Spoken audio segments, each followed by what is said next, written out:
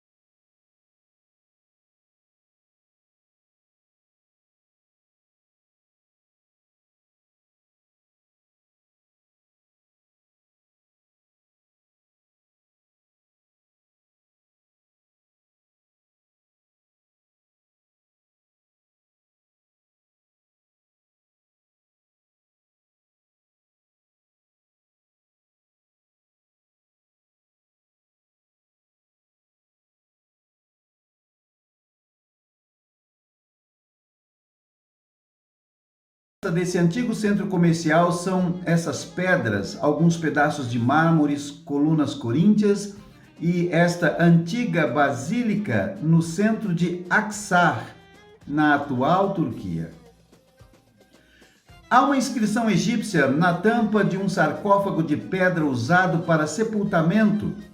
Este é praticamente o único objeto conhecido que menciona de forma específica o nome Tiatira.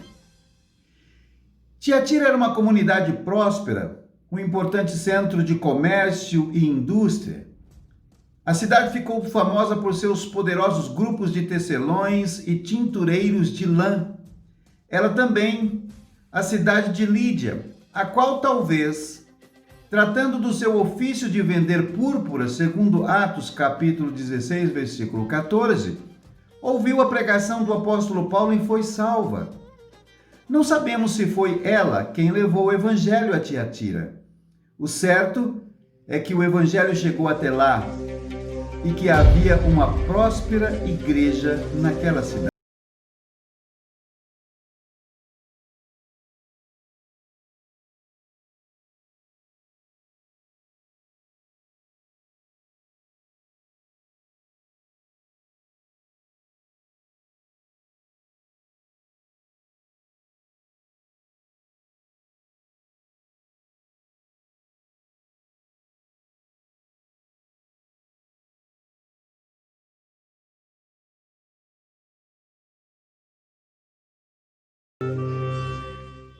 Uma boa dica para quem quer visitar a cidade de Tiatira é ir até o Museu de Aksar, que fica bem próximo às ruínas.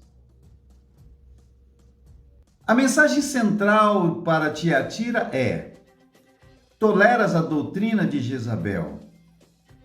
Para a igreja corrupta, Cristo se apresenta como o juiz com olhos como chamas de fogo, ou seja, aquele que tudo vê.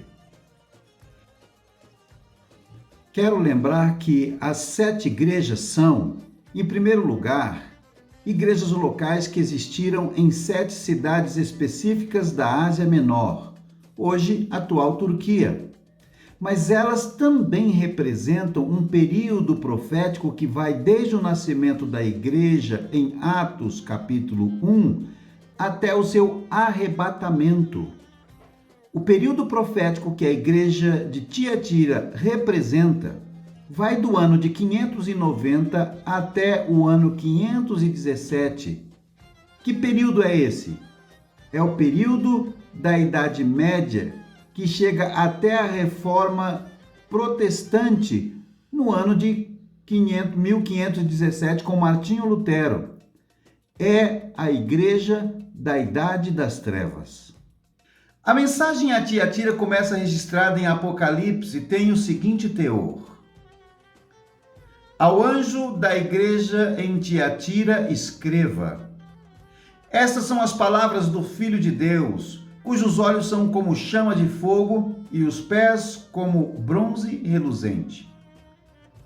Conheço as suas obras, o seu amor, a sua fé, o seu serviço e a sua perseverança, e sei que está fazendo mais agora do que no princípio. No entanto, contra você tenho isto: você tolera Jezabel, aquela mulher que se diz profetiza. Com os seus ensinos, ela induz os meus servos à imoralidade sexual e a comerem alimentos sacrificados aos ídolos. Dei-lhe tempo para que se arrependesse da sua imoralidade sexual, mas ela não quer se arrepender. Por isso vou fazê-la adoecer e trarei grande sofrimento aos que cometerem adultério com ela, a não ser que se arrependam das obras que ela pratica. Matarei os filhos dessa mulher. Então todas as igrejas saberão que eu sou aquele que sonda mentes e corações, e retribuirei a cada um de vocês de acordo com as suas obras. Aos demais que estão em Tiatira, a vocês que não seguem a doutrina dela e não aprenderam, como eles dizem, os profundos segredos de Satanás, digo: não porei outra carga sobre vocês. Então somente apeguem-se com firmeza ao que vocês têm, até que eu venha. Àquele que vencer e fizer a minha vontade até o fim, darei autoridade sobre as nações. Ele as governará com cetro de ferro e as despedaçará como a um vaso de barro. Eu lhe dei a mesma autoridade que recebi de meu Pai. Também lhe darei a estrela da manhã. Aquele que tem ouvidos, ouça o que o Espírito diz às igrejas. Conheço as suas obras, o seu amor, a sua fé, o seu serviço, a sua perseverança, e sei que você está fazendo mais agora do que no princípio. Apocalipse capítulo 2, versículo 19. Primeiro há um comentário encorajador. Cristo valoriza o amor e a fé desses crentes. A carta começa com encorajamento, porque o juiz com olhos como chamas de fogo tem uma notícia difícil a dar. Os crentes em Tiatira terão que enfrentar algumas duras escolhas. As guildas ou os sindicatos pagãos estavam pressionando os cristãos a aderirem às suas práticas. A princípio, Cristo elogia esses cristãos. Ele diz o seguinte: você tem crescido, isso é bom, mas para continuar crescendo, ele acrescenta: vocês terão que aceitar alguns duros fatos, terão de lutar pela verdade. A história nos mostra que a comunidade de fé em Tiatira, que vinha crescendo, ao contrário de Éfeso, lembram? Em Éfeso, a igreja tinha esquecido o primeiro amor. Começou bem e estava mal. E o Senhor dizia: volte ao seu primeiro amor, volte a praticar as primeiras obras. Aqui em Tiatira era o contrário. As últimas obras eram maiores que as primeiras. Entretanto, como disse, a história nos mostra que a comunidade de fé em Tiatira, que vinha crescendo, em algum momento parou de crescer e desapareceu. Por quê? Vamos observar o diagnóstico dado em Apocalipse, capítulo 2, versículo 20 e 21. No entanto, contra você tenho isto: você tolera Jezabel, aquela mulher que se diz profetiza. Com os seus ensinos, ela induz os meus servos à imoralidade sexual e a comerem alimentos sacrificados aos ídolos. Dei-lhe um tempo para que se arrependesse da sua imoralidade sexual, mas ela não quer se arrepender. Apocalipse capítulo 2, versículo 20 a 21. Jesus, através de João, está usando uma linguagem simbólica aqui. Ele está falando sobre uma ameaça em especial, uma doença em especial que esses crentes enfrentavam, e ele usa a imagem de Jezabel.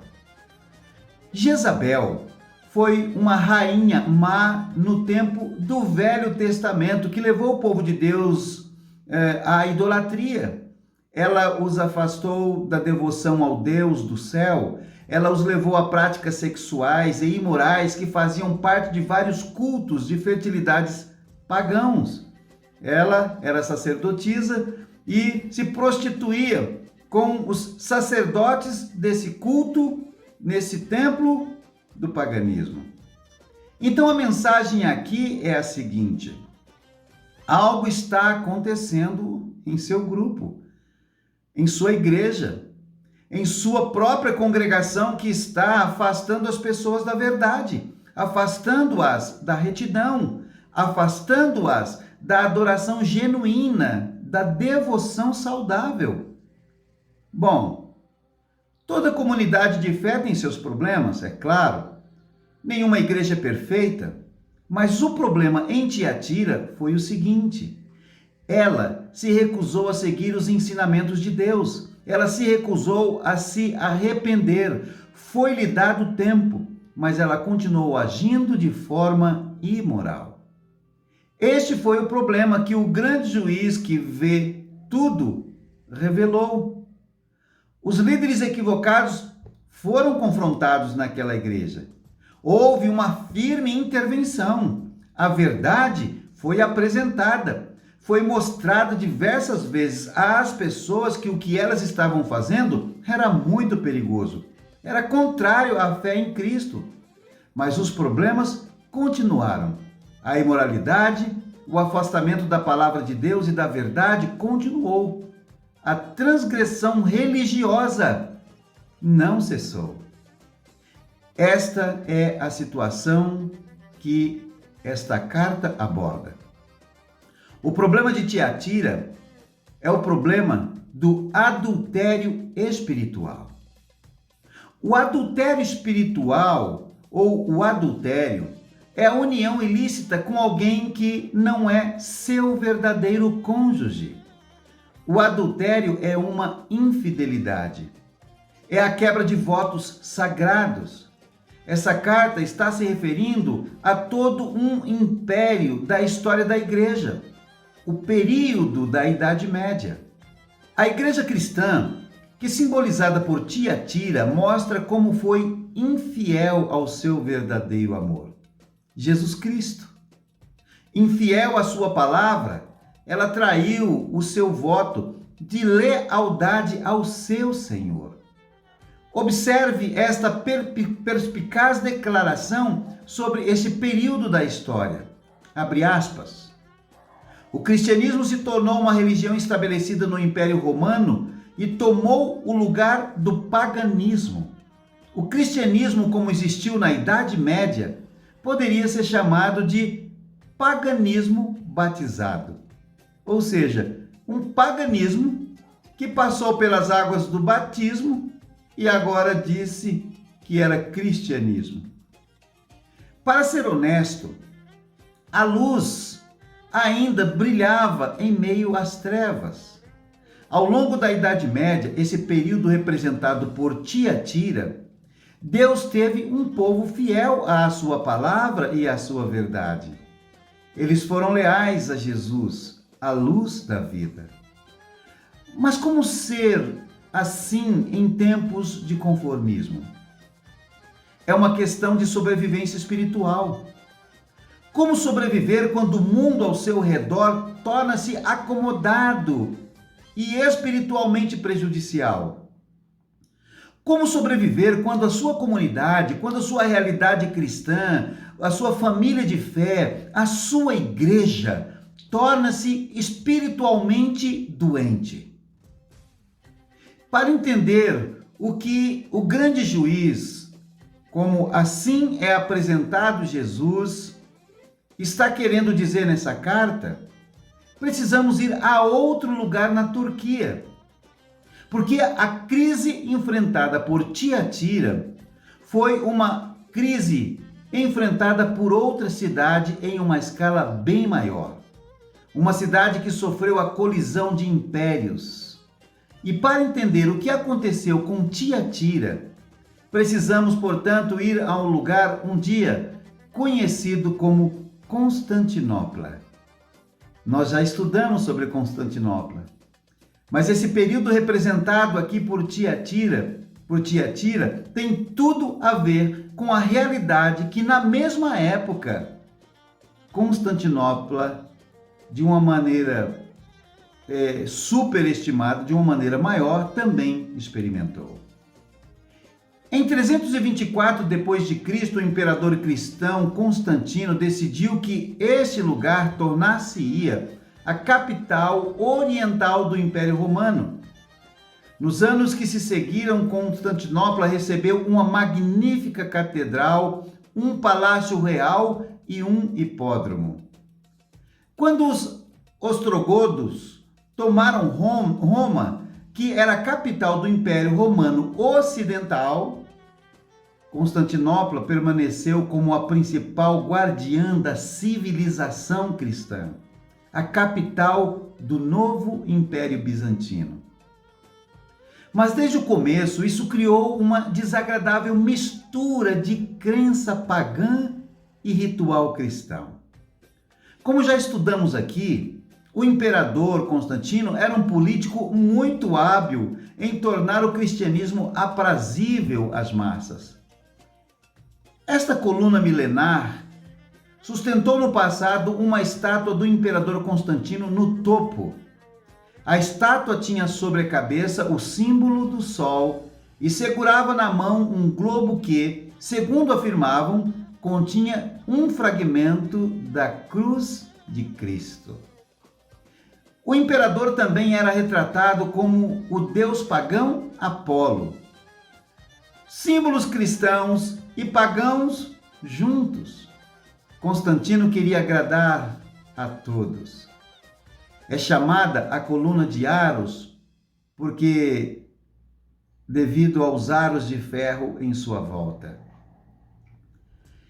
Esse edifício no centro de Istambul é um monumento ao passado milenar. Recentemente tem sido usado como mesquita e podemos ver os minaretes característicos dos 4 cantos. Mas um dia esta foi a catedral mais importante de toda a cristandade, a Santa Sofia, a Igreja da Santa Sabedoria. Vamos olhar um pouquinho essa catedral.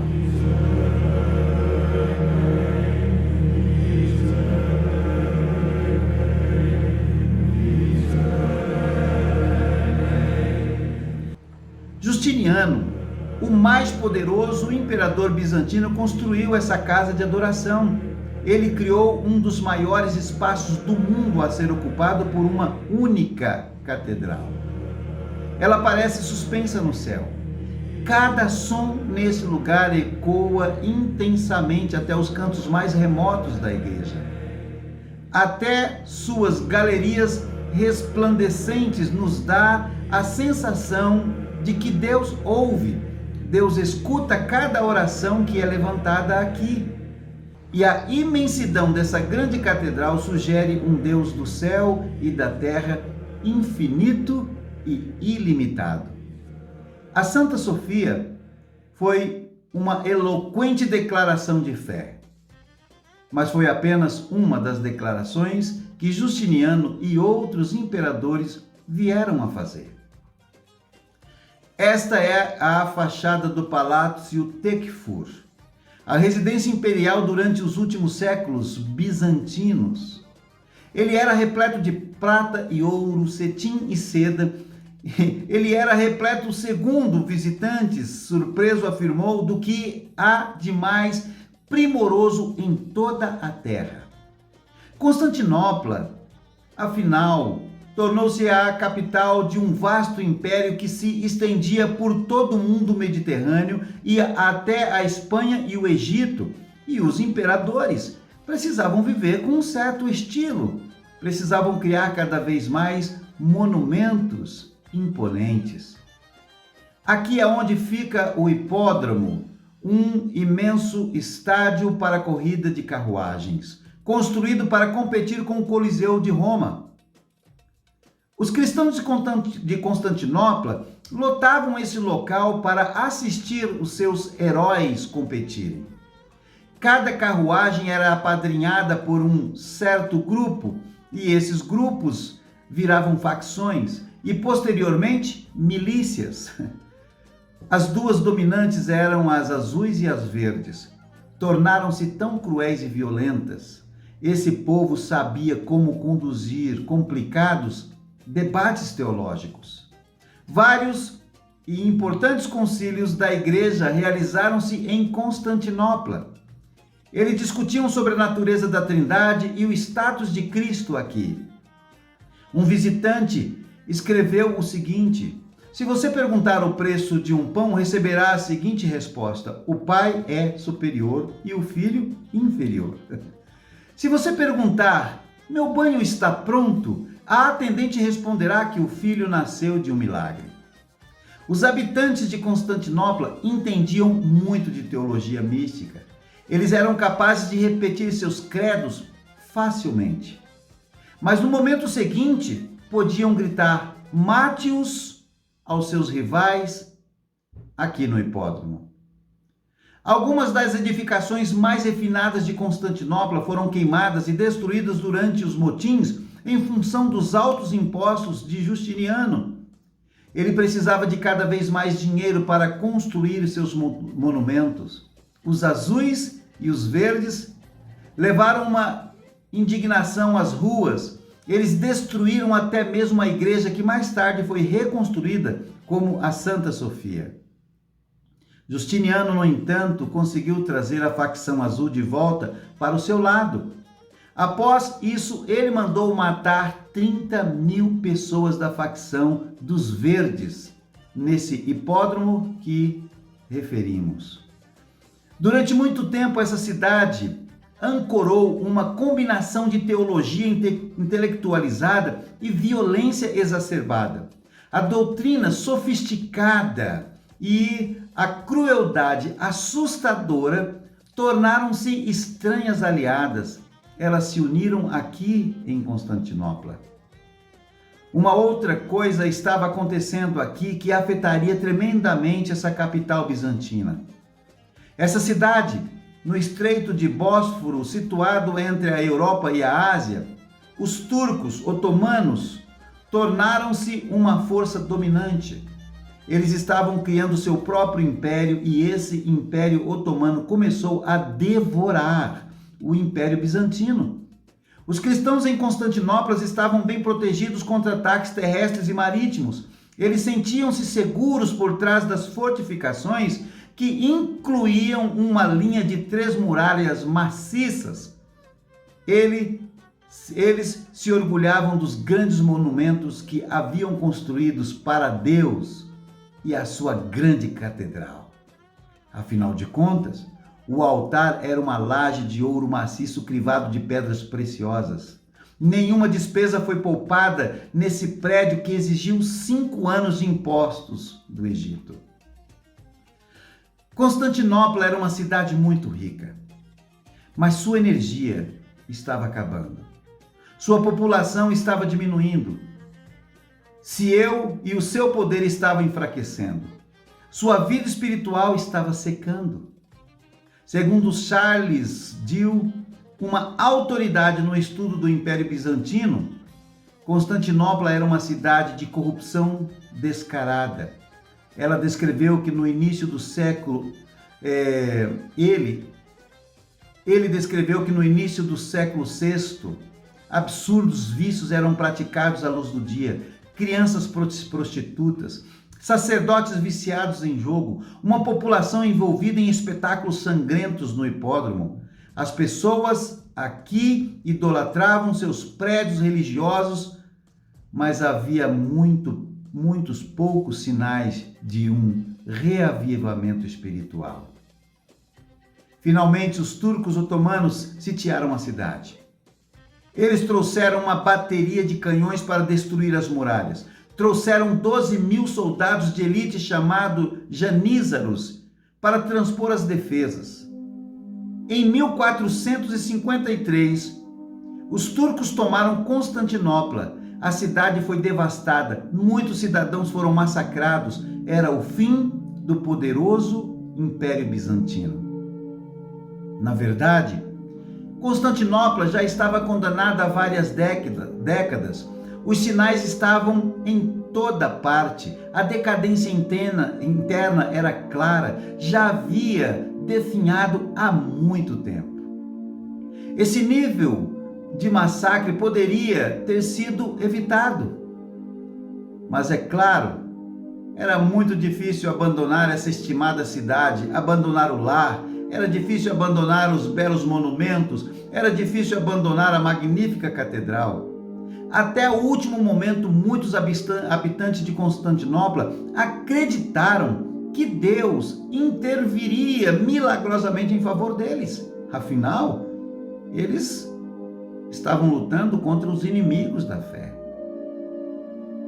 Esse é o perigo ao qual Jesus se referiu. Nesta mensagem em Apocalipse, essa mensagem aos crentes em Tiatira, ele estava dirigindo-se a crentes sitiados. Eles estavam falando com crentes que estavam ameaçados pelo vasto Império Romano e os seus costumes. Ele estava dirigindo-se a crentes posicionados nas muralhas, com as suas armas apontadas para fora, e ele lhes disse: vejam o que está acontecendo dentro de vocês. É uma doença espiritual e não está melhorando. Veja em Apocalipse capítulo 2, versículo 22 e 23. Lembrem-se de que Jesus está usando aqui a figura de Jezabel, a rainha corrupta que levou o antigo Israel à idolatria. E é isso que ele diz. Por isso, vou fazê-la adoecer e trarei grande sofrimento aos que cometerem adultério com ela, a não ser que se arrependam das obras que ela pratica. Matarei os filhos dessa mulher. Então todas as igrejas saberão que eu sou aquele que sonda mentes e corações, e retribuirei a cada um de vocês de acordo com as suas obras. Eu sei que pode parecer um julgamento cruel, mas lembre-se, Jezabel é uma figura simbólica. O que o grande juiz está dizendo, ele está tentando aqui dizer através do apóstolo João. Ele está tentando tornar o povo de Tiatira ciente de uma doença. É isso, na verdade, que está acontecendo aqui. Vocês estão permitindo que uma prostituta, e aí ele está falando das intenções da igreja estatal, está influenciando a vida e o relacionamento de vocês comigo.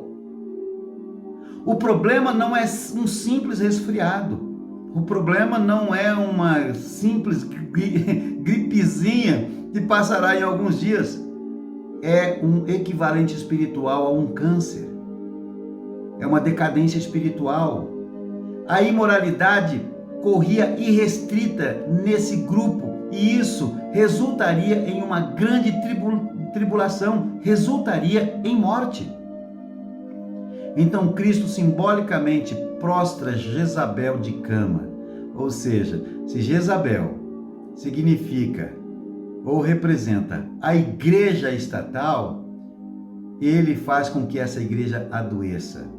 E ele está dizendo, veja, essa mulher está sofrendo de uma doença perigosa. Você não pode aceitá-la. A doença dela é contagiosa. Você não pode conviver com ela. Você tem que lutar contra a doença. Jesus continua a falar sobre esse assunto em Apocalipse, capítulo 21, 25 e 26. Tão somente apegue-se com firmeza ao que vocês têm, até que eu venha. Aquele que vencer e fizer a minha vontade até o fim, darei autoridade sobre as nações. O desafio à igreja de Tiatira é conservar o que ela tem, a fé que você tem. O desafio é manter uma fé saudável que lhe fortaleça, que produza frutos para a causa de Cristo. Como fazer isso em um ambiente doente? Como fazer isso quando o seu lar de fé torna-se um lugar espiritualmente doente? Bom, não existe apenas uma resposta para todas as situações, é claro. Não existe regra que se aplique a todos os ambientes espirituais. Portanto, o grande juiz, nessa carta, não estabelece uma lei para todos, mas podemos ver um princípio muito importante bem no início dessa carta. Podemos ver algo importante na forma como o próprio Jesus é descrito. Olha o que diz Apocalipse capítulo 2, versículo 18. Essas são as palavras do Filho de Deus, cujos olhos são como chamas de fogo e os pés como bronze reluzente. A forma como Jesus é descrito em cada uma das 7 cartas do Apocalipse está ligado ao conteúdo de cada mensagem. Aqui vemos Jesus com os olhos como chamas de fogo. O que isso sugere? Bem, sugere alguém cujo olhar penetra profundamente. Sugere um olhar que atravessa a aparência, que atravessa a máscara, um olhar que alcança um coração, um olhar que tudo vê, um olhar que tudo sabe. Nada pode ser escondido desse olhar. Eu creio que Jesus, aqui, chamado grande juiz, que está julgando, aquele que tem os olhos como chamas de fogo, esteja nos dizendo: abra seus olhos, veja esse mundo, veja o que está acontecendo ao seu redor. Olha, avalie, não faça vistas grossas por estar acostumado, por estar inserido nessa sociedade e tantas coisas acontecendo como sendo normais estão se desviando, estão prostituindo a sua relação comigo. Não faça vistas grossas para estar olhando para a triste situação do lado de fora. Essa tragédia de Constantinopla, eles se apegavam a hábitos religiosos, se apegavam às suas formas de religião, mas o seu poder havia desaparecido. Eles estavam vivendo politicamente correto, estavam cuidando dos pobres, estavam distribuindo os seus bens, estavam falando, decorando a Bíblia, não é? Lendo, enfim, eles estavam vivendo politicamente correto. Eles estavam fazendo inclusive mais coisas do que no começo. Mas não havia mais intimidade com Deus. O relacionamento com Deus estava corrompido. Existe algo mais que vemos na descrição de Jesus nessa carta. Seus pés são como bronze polido. O que isso sugere? Bem, para mim sugere que Jesus é capaz de dar passos firmes, de dar passos decisivos. Onde ele pisar, a terra estremece. Meu amigo, às vezes nós precisamos dar passos firmes. Às vezes nós precisamos dar passos decisivos. Às vezes é hora de partir da realidade que você está inserido. Pode ser que você que esteja me ouvindo tenha também nascido dentro de um ambiente que de certa forma tornou-se natural, normal, por conta da prática comum. Mas o Senhor está dizendo que há algo errado, há uma enfermidade aí, e que na verdade não são os costumes, não são as práticas, mas é uma experiência verdadeira e obediência à sua palavra que vai poder salvar você dessa enfermidade. É hora de seguir a Cristo, é hora de seguir a verdade. Nós não seguimos uma religião, nós não seguimos uma igreja, nós seguimos a Cristo. Os cidadãos de Constantinopla tiveram muitas evidências de que era hora de sair daquela situação, mas eles não conseguiram ver isso.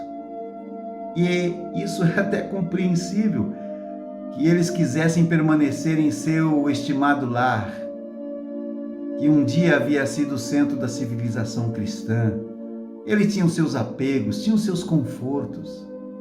E nós podemos ter motivos, bons motivos para nos apegarmos às nossas raízes religiosas. Nós podemos muitas vezes viver uma vida cristã agarrado às nossas tradições. Nós nunca fizemos isso dessa forma antes. Mas porque nós não fazemos isso? Hábitos que nos acompanham a vida inteira e se tornam tão normais para nós. Mas às vezes pode ser uma família adoecida. Às vezes um lar pode se tornar um lar destrutivo e cruel. E nós temos que saber o momento de partir. Temos que ter sabedoria para avaliar, porque o nosso compromisso não é com a tradição. O nosso compromisso não é com a história. O nosso compromisso é com Cristo. Não podemos simplesmente fechar os olhos e nos escondermos atrás dos muros. Não podemos apontar as nossas armas para o que está do lado de fora. Às vezes precisamos reconhecer que a tribulação e a morte ocorrem lá dentro, que a falsa tradição ocupou o lugar da verdade. Às vezes, queridos, nós precisamos abrir mão de alguns confortos religiosos, algumas práticas e algumas tradições que nos parecem caras, mas que não representam um relacionamento verdadeiro com Cristo. Acima de tudo, não queremos ficar presos ao que é familiar até que a doença ao nosso redor resulte em morte. Nós não queremos ficar presos ao que estamos acostumados. Não queremos que as nossas vidas espirituais sejam sacrificadas porque não conseguimos nos mexer, não conseguimos partir por uma nova realidade, uma nova experiência quando isso é necessário. Talvez você esteja se perguntando o que aconteceu aos crentes sinceros aqui em Tiatira. Será que eles acordaram antes de que Jezabel os subjugasse? Ou eles ignoraram as evidências até ser tarde demais. Por favor, lembre-se de que o bom Pai do céu está operando nesse momento para a sua saúde espiritual, para a sua cura espiritual. Ele quer poder lhe dizer: conheço as suas obras, o seu amor, o seu serviço, a sua fé. Ele quer que você cresça espiritualmente na palavra. Então permita, ou melhor, não permita nenhuma outra lealdade, não viva nenhuma outra lealdade, não permita que nada atrapalhe esse relacionamento com Jesus. Não permita nenhuma falsa sensação de obrigação lhe manter em um lugar que ensine o contrário da palavra de Deus. Você pode seguir os decisivos passos de Cristo, cujos pés são como bronze polido.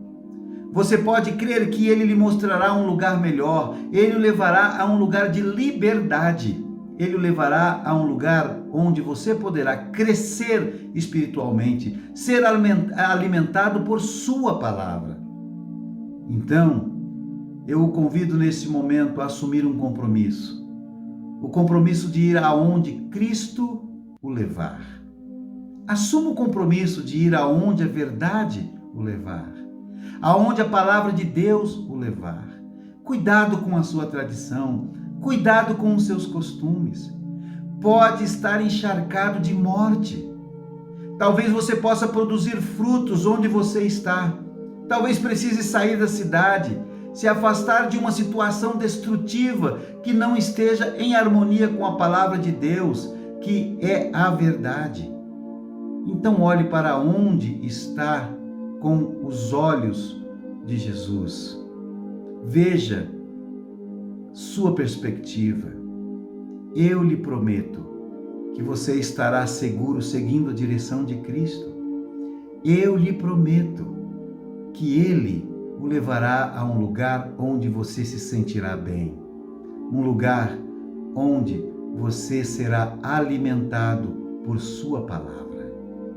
E para terminar, deixa eu falar sobre essa promessa maravilhosa. Apocalipse capítulo 2, versículo 28. Eu lhe darei a mesma autoridade que recebi de meu Pai. Também lhe darei a estrela da manhã. Queridos, a estrela da manhã é a última estrela a desaparecer quando o sol nasce e a primeira a aparecer quando o sol se põe.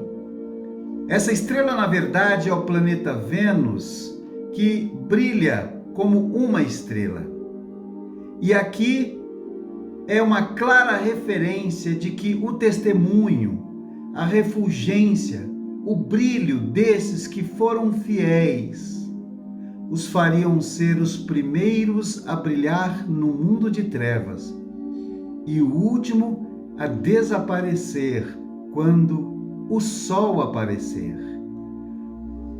Apocalipse capítulo 22, versículo 16 diz que Jesus é a brilhante estrela da manhã. Essa é a promessa que Jesus está fazendo para a igreja da Tiatira. Essa é a promessa que Jesus faz para você. Do começo ao fim, você vai brilhar. Na ausência de Cristo, você vai brilhar. E só vai apagar no dia que o sol da justiça vier para te buscar e levar você aos céus, garantindo vida eterna e definitivamente a vitória prometida. É para você.